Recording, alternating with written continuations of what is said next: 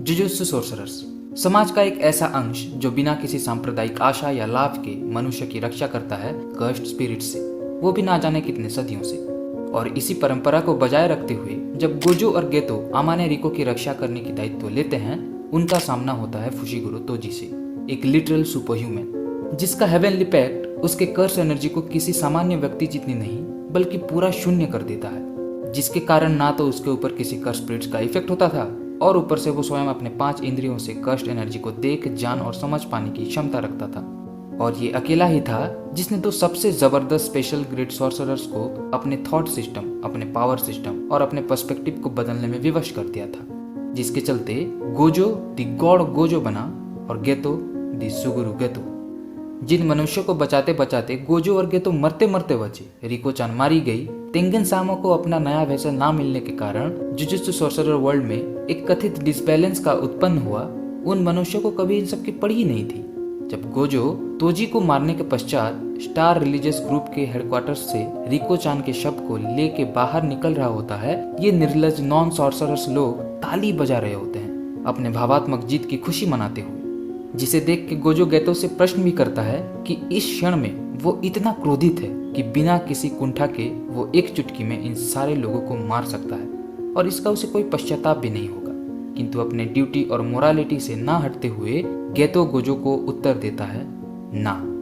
किंतु वास्तव में उस दिन उस ना के पीछे गेतो अपने ड्यूटी, अपने मोरालिटी, अपने एथिक्स को धुंधली होते हुए देख पाता है, जहाँ उसका सदैव ये मानना था कि नॉन सॉर्सरर्स मनुष्य की रक्षा करना एक जुजुत्सु सॉर्सरर का कर्तव्य होता है। उस दिन के पश्चात उसके मन में ये विचार आने लगे थे कि भला क्यों एक शक्तिशाली को सदैव दुर्बल की रक्षा करना पड़ता है, भला क्यों एक जुजुत्सु सॉर्सरर अपने जीवन को इन तुच्छ लोगों पे निछावर करे जो कि अपने विनाश को जीत समझ के ताली से इन सब पे धिक्कारते हैं, मानो जैसे कटाक्ष साधा जा रहा हो। और गेतो इस द्वंद में फंसा ही था कि वो मिलता है त्सुकुमो युकी से, एक स्पेशल ग्रेट सॉर्सरर जो इंडिपेंडेंटली इस बात पे अध्ययन कर रही होती है कि भला कैसे इस दुनिया से कर्स्ट स्पिरिट के कॉन्सेप्ट को ही नष्ट कर दिया जाए। उसका मानना ये होता है कि जुजुत्सु सोसाइटी का कर्स्ट स्पिरिट्स को नष्ट करना बस किसी रोग के लक्षण को नष्ट करना है, जबकि वास्तव में उन्हें इस रोग के मूल को ही नष्ट करना चाहिए। वो गेतो को समझाती है कि कर्स्ट स्पिरिट्स बनते हैं लीक्ड कर्स एनर्जी से, जो कि नॉन सॉर्सरर्स के नेगेटिव इमोशन से निकलती है, ना कि जुजुत्सु सॉर्सरर से। अनटिल एंड अनलेस किसी जुजुत्सु सॉर्सरर के मृत्यु के पश्चात उसे कोई एक कर्स्ट स्पिरिट में ना बदल दे, तो इस लीकिंग कर्स एनर्जी को रोकने का 2 ही उपाय है। पहली, पूरे विश्व से ही कर्स एनर्जी को नष्ट कर दिया जाए, which is next to impossible। और दूसरी, सारे मनुष्य को कर्स एनर्जी को नियंत्रण करना सिखा दिया जाए। एक ऐसा समाज जिसमें हर कोई कर्स एनर्जी को मैनिपुलेट कर पा रहा हो, हर कोई जुजुत्सु सॉर्सरर हो। और यही वो बीज था जिसने गेतो के दिमाग में एक विचार डाला, एक ऐसा दुनिया बनाने का जिसमें कोई सामान्य मनुष्य ना हो और हर कोई एक जुजुत्सु सॉर्सरर हो। और इस बीज को एक विराट वृक्ष बनने में समय नहीं लगता जब वो अपने एक जूनियर हाइबारा को मरे हुए अवस्था में देखता है। वो समझ जाता है कि जुजुत्सु सॉर्सरर के नॉन सॉर्सरर को बचाने के रेस का कोई अंत नहीं है, और किसी प्रकार से अगर तुम पहुंच भी गए तो तुम्हें मिलेगी तुम्हारे साथियों के शव का ढेर, जिसे तुम इतने समय से समेट रहे थे। ऊपर से जब वो ये जान पाता है कि जिस गोजो के साथ उसका तुलना किया जाता था वह अब आक्षरिक रूप में एक भगवान बन चुका है, जो अकेले मिशन पे जाता है और आवश्यकता अनुसार चीजें ठीक करके चला आता है। वो गोजो के ऊपर क्रोधित होता है कि भला सामर्थ्य होते हुए भी क्यों वो इस दुविधा के मूल को नष्ट नहीं कर रहा, भला क्यों वो अपने निर्दोष जुजुत्सु सॉर्सरर को बिना कारण मरने दे रहा है। क्या उसके लिए द गोजो सातोरु बने रहना ही एकमात्र सत्य है? क्या बस शक्ति प्रदर्शन करना ही उसका एकमात्र उद्देश्य है? इसी के चलते गेतो गोजो से प्रश्न भी करता है कि भला वो क्या है जो उसे गोजो सातोरु बनाता है। वो गोजो सातोरु है इसी कारण सबसे शक्तिशाली है, या फिर सर्वशक्तिमान होने के कारण वो गोजो सातोरु है? ये एक प्रश्न गोजो को धर्म संकट में डालने के लिए काफी था। इससे वो जान जाता है that he lost his best friend, the only one he had.